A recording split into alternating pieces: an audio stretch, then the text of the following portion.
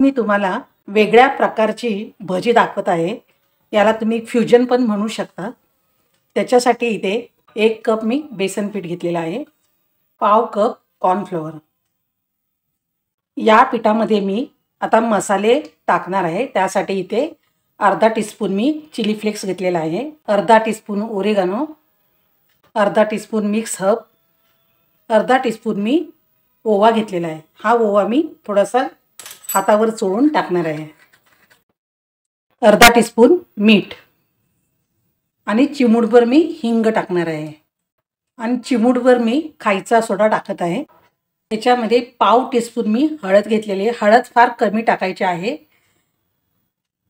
पाव टीस्पून मी जिरेपूड, पाव टीस्पून धनेपूड टाकत आहे.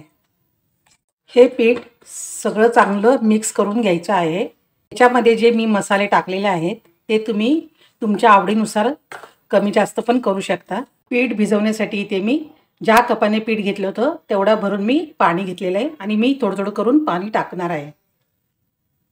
हे पीठ आपल्याला जास्त पातळ करायचं नाही आहे, थोडं घट्टच ठेवायचं आहे आणि चांगलं पिठामध्ये गुठळ्या राहता कामा नयेत. पीठ मी चांगलं फेटून घेतलेलं आहे आणि बघा असं सरसर खाली पडलं पाहिजे. जास्त पातळ करायचं नाही आहे. नंतर लागलं तर मी ह्याच्यामध्ये पाणी टाकणार आहे.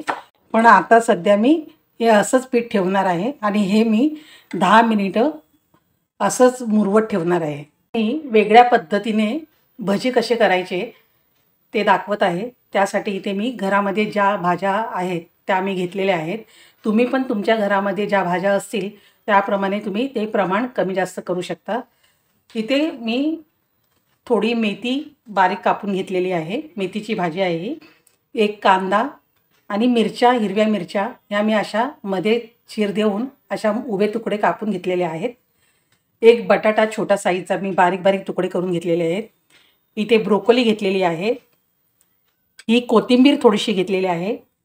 मशरूम आहेत, लाल सिमला मिरची, पिवळी सिमला मिरची, गाजर आणि कांद्याची पात ह्या सर्व भाज्या मी घेतलेल्या आहेत. तुम्ही तुमच्या आवडीनुसार भाज्या घेऊ शकता.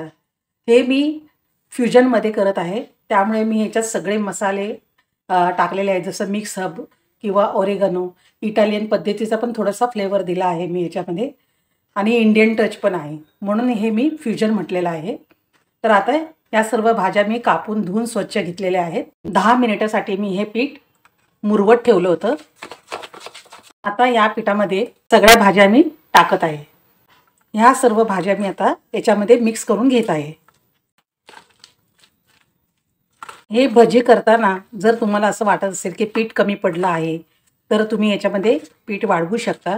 भाज्या टाकल्यामुळे बघा हे पीठ पातळ झालेलं आहे, म्हणून मी आधी थोडं कमी पाणी टाकलेलं होतं कारण भाज्यांचं पाणी पण सुटलं जातं. मी 5 मिनिटं मुरवत ठेवणार आहे. पीठ भिजवण्यासाठी पाव वाटीच मला पाणी लागलेलं आहे. 10 मिनिटं असं मुरवत ठेवलं होतं. त्या भाज्यांचंच पाणी बघा किती सुटलेलं आहे. पीठ बघा पातळ झालेलं आहे. आता याचे मी भजी करून घेत आहे. तुम्हाला जर भजी आवडत नसतील तर तुम्ही याची थालीपीठं सुद्धा करू शकता. ती पण खायला चविष्ट राहतील कारण सगळ्याच भाज्या याच्यामध्ये आहेत. भजी करण्यासाठी इथे मी कढईमध्ये तेल तापत ठेवलं आहे. तेल तापले की नाही हे बघण्यासाठी आधी मी थोडंसं टाकून बघत आहे. तेल तापलं आहे. आता याच्यामध्ये मी भजी सोडत आहे. तुम्ही हे हाताने पण करू शकता किंवा चमच्याने पण करू शकता. तुम्ही तुमच्या आवडीनुसार भजी करू शकता. इथे मी चमच्याने टाकत आहे. तुम्हाला ज्या आकारात छोटे मोठे करायचे असेल त्याप्रमाणे तुम्ही इथे भजी टाकू शकता. गॅस मिडियम करायचा आहे. भजी करताना तेल नेहमी गरमच असलं पाहिजे तरच भजी चांगले होतात. भजी ब्राऊन कलरचे झालेले आहेत. मी आता हे काढून घेत आहे. अशा प्रकारे सर्व भजी मी करून घेत आहे. या भज्यामध्ये तुम्ही कॉर्न सुद्धा टाकू शकता. भजी बघा किती क्रिस्पी झालेले आहेत. हे भजी तुम्ही मेयोनीज किंवा टोमॅटो सॉस किंवा सिराचा सॉस, मिंट सॉस ह्याच्याबरोबर तुम्ही खाऊ शकता. आणि एक भजी तुम्हाला मी तोडून दाखवत आहे.